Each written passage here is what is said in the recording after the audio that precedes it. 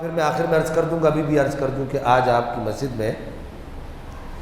یوم تلاوت قرآن کریم کا بھی اہتمام ہے دعوت اسلامی کے تحت، تو آپ تمامی احباب اس میں بھی لازمی شرکت فرمائیے گا، لازمی شرکت فرمائیے گا، چونکہ آگے جو ہے یکم محرم الحرام نزدیک ہے، سرکار عمر فاروق کا جو ہے وہ یوم ہے یکم محرم الحرام، ہمارے یہاں اہل سنت کے یہاں ان کا دن منایا جاتا ہے اور بڑی شد و مت سے منایا جاتا ہے،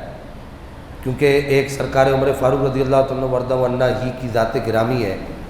کہ ان کا نام آج بھی دنیا میں کئی بار لیا جائے تو وہ یہی کہتے ہیں کہ دنیا کا سب سے بڑا اگر کوئی حکمران رہا ہے رسول اللہ کے بعد، اگر کسی نے رسول اللہ کی خلافت کے فرائض ممالک کو جمع کرنے میں، ممالک کو فتح کرنے میں سر انجام دیے تو وہ سرکار عمر فاروق رضی اللہ تعالیٰ وردہ عنہ کی ذات گرامی ہے۔ دیکھیے نا، ایرانیوں کی کمر کس نے توڑی؟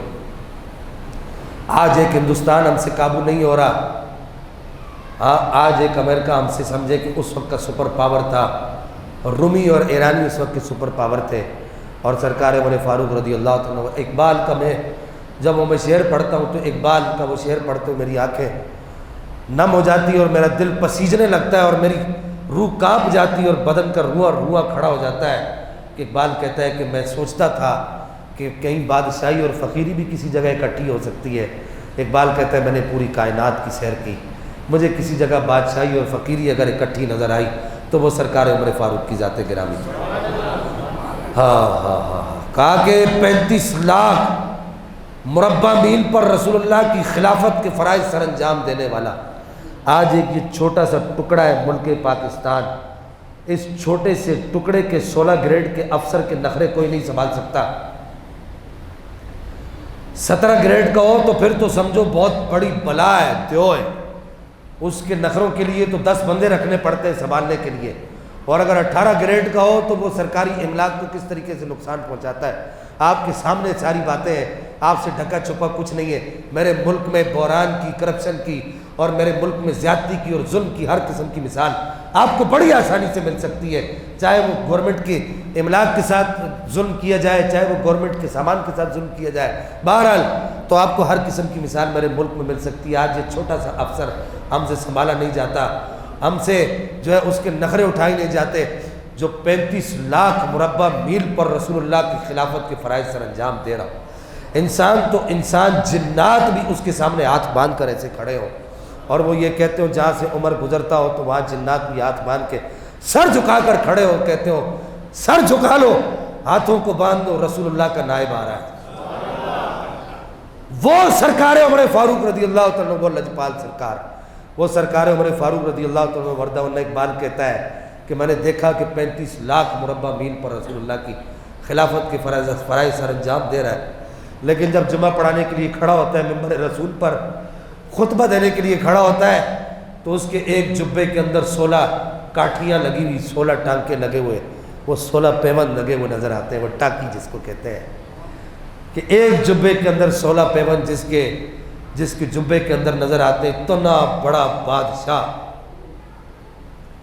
رسول اللہ کا خلیفہ، وہ سرکار عمر فاروق جن کی وفات کے وقت مسلمانوں کے پاس ان کے مال سے دینے کے لیے کفن بھی نہیں تھا۔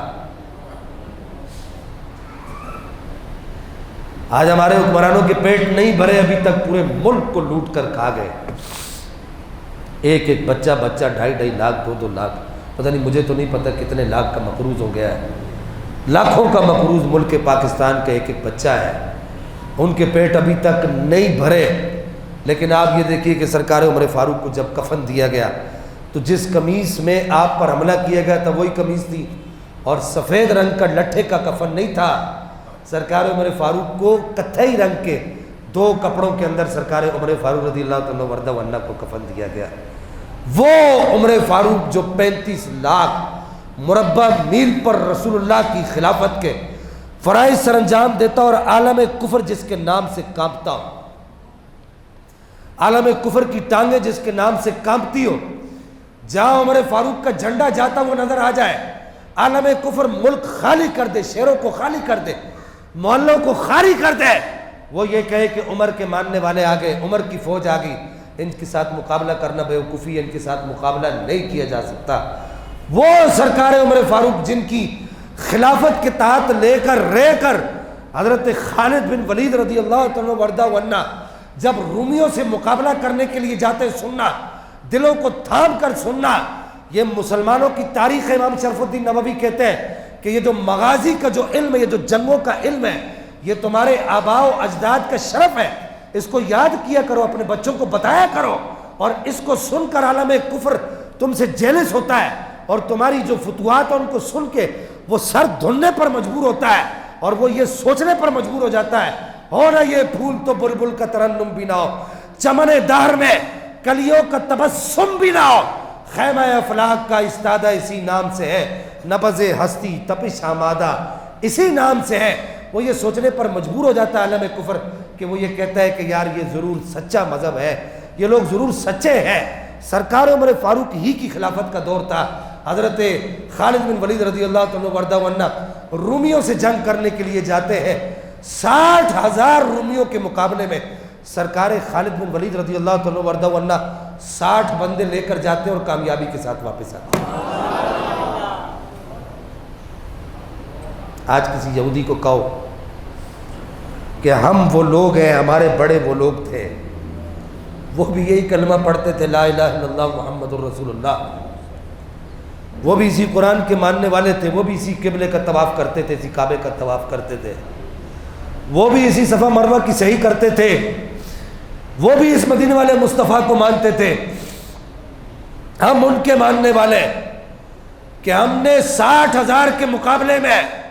ہمارے بڑوں نے 60 لوگوں نے 60,000 کے مقابلے میں ایک بندے کے مقابلے میں 1,000 بندہ آیا، وہ لڑے، انہوں نے جنگیں کی، تب بھی وہ لڑے، وہ پسپا نہیں ہوئے، بلکہ انہوں نے 60,000 کو بھاگنے پر مجبور کیا۔ کیا وجہ ہے؟ آج 25 لاکھ حاجی حج کرتا ہے، آج 20 لاکھ حاجی حج کرتا ہے، اس کے سینے میں وہ قرآن کی محبت نظر نہیں آتی۔ میں نے وہاں پر مینا کے میدان میں اپنے حاجیوں کو یہ بات کہی تھی، میں نے کہا آج اس میدان کے اندر یہ 25 لاکھ حاجی کچھ نہ کریں، صرف سارے مل کر قرآن کو ایسے اٹھا کر صرف اتنا کہہ دیں خبردار عالم کفر ہوشیار ہو جائے، ہم نے یہ جو سفید لباس پہنے ہے، ہم نے یہ سفید لباس یہ ہماری میتوں کی علامت ہے، ہم نے یہ ایسے نہیں پہنے، ہمارے رسول نے یہ سفید لباس یہ 3 دن کے لیے جو ہمیں پہنایا ہے، ہمیں یہ میت کا نمونہ پیش کر کے دکھایا، خبردار قرآن کے خلاف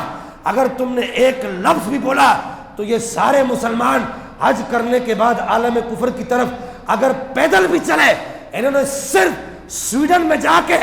دور سے اپنے تھوک بھی پھینک دیے تو پورا سویڈن ڈوب کر تباہ ہو کر غرق ہو جائے گا۔ تو کیا وجہ ہے آج مسلمان کی وہ غیرت جاگتی نہیں ہے؟ کلمہ تو وہی پڑھتا ہے،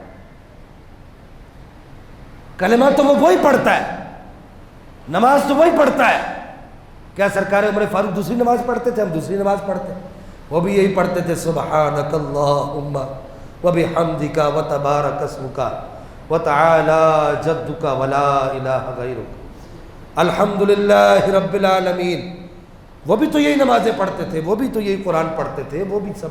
وہ سب ان سب چیزوں کو مانتے تھے جن سب چیزوں کو ہم مانتے ہیں۔ لیکن ایک بات اور ایکسٹرا تھی، وہ یہ تھی کہ وہ اللہ کی اس کتاب پر عمل کرتے تھے، وہ عمل کرتے تھے، عمل کر کے دکھاتے تھے۔ ہم نے مینا کے میدان کے اندر لوگوں کی داڑھیوں کے اوپر ہاتھ رکھ کے ایسے کہا کہ یار اب تو یہاں پر آگے ہو داڑھی رکھ لو، اب تو یہاں پر آگے ہو داڑھی رکھ لو، تو جواب یہ ملتا ہے شاہ صاحب ابھی تو بڑی عمر پڑی ہے، بوڑھے کو بھی کہا کہ داڑھی رکھ۔ ایک طرف ہمارا کردار یہ کہ اگر بوڑھے کو مینا میں عرفات میں داڑھی پر ہاتھ رکھ کر ہاتھ جوڑ کر کہا جائے کہ یار یہ رسول اللہ کی سنت ہے، یہ ساری زندگی میرے رسول نے اپنے چہرے پر سجا کر رکھی، اسے کہا جائے کہ عرفات کے میدان میں کہا جا رہا ہے تو وہ پسو پیش کر رہا ہے اور جی چرا رہا ہے، وہاں پر بھی وہ نیت نہیں۔ ایک طرف ہمارا کردار یہ، اور دوسری طرف ہم یہ اعلان کرتے جی عالم کفر قرآن کی بے ادبی کیوں کر رہا ہے۔ میں آپ سے اور خود سے پوچھنا چاہتا ہوں کہ عالم کفر اگر قرآن کی بے ادبی کر رہا ہے، قرآن سے بے وفائی کر رہا ہے، قرآن کی بے ادبی کر رہا ہے، تو ہم نے قرآن کے ساتھ کون سی وفا کی ہے؟ ہم نے کوئی قرآن کے ساتھ وفا کی ہے؟ اگر میں ابھی اعلان نہیں کرتا میں آپ کو شرمندہ نہیں کرنا چاہتا، میں اگر ابھی اتنا پوچھ لوں یہاں بیٹھے بیٹھے کہ مجھے یہ بتائے کہ مہینے میں ایک دفعہ قرآن کو کھول کے کون پڑھتا ہے؟ میں روزانہ کی بات نہیں کر رہا، ہفتہ واری بات نہیں کر رہا، میں مہینے کی بات کر رہا ہوں کہ مہینے میں ایک دفعہ قرآن کو کھول کے، سمجھ کی بات نہیں کر رہا، سمجھنے کی بات نہیں، سمجھنے تو ہم نہ سدھرے ہیں نہ سدھرنے کی قسم کھائی ہے، نہ سے ہاں مت کر نصیحت دل میرا گھبرائے ہے، اس کو دشمن جانتا ہوں جو مجھے سمجھائے۔ قرآن کو سمجھ کر پڑھنا تو مسلمان نے اس کی تو سمجھے کہ گویا کہ قسم کھائی، ہم نے قرآن کو سمجھ کر نہیں پڑھنا، ہم نے ترجمہ اور تفسیر کے ساتھ قرآن کو نہیں پڑھنا، میں اس کی بات نہیں کر رہا، میں یہ بات کر رہا ہوں کہ کیا ہم نے قرآن کو بغیر ترجمے کے، اس کی عربی کو، اس کی عبارات کو دیکھ کر مہینے میں ایک دفعہ سارا سال ہم نے کوشش کی ہے پڑھنے کی؟ اگر آپ سے کوئی یہودی یا نصرانی یا کوئی ہندو آپ سے یہ سوال کر لے، چلو یار یہ بتاؤ، ہمارے تو بچے صبح اٹھتے پوجا کرتے، یہودی کہے گا کہ ہماری کتاب کے کچھ حصے ہمارے بچوں کو یاد ہوتے ہیں، نصرانی کہے گا کہ ہماری کتاب کے کچھ حصے ہمارے بچوں کو یاد ہوتے ہیں۔ مجھے یہاں پر صدر اللہ فاضل بدر اللہ کامل سید نعیم الدین مراد آبادی رحمہ اللہ کا وہ مناظرہ یاد آتا ہے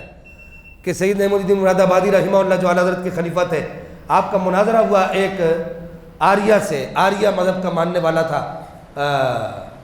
اس سے آپ کا مناظرہ ہوا تو اس نے کہا مولانا ہم سے سنبھل کر بات کرنا، ہمیں تمہارے قرآن کے 15 پارے یاد ہیں۔ تو وہ بھی چونکہ اعلیٰ حضرت کے خلیفہ تھے، انہوں نے پوچھا کہ آریہ صاحب یہ بتائیے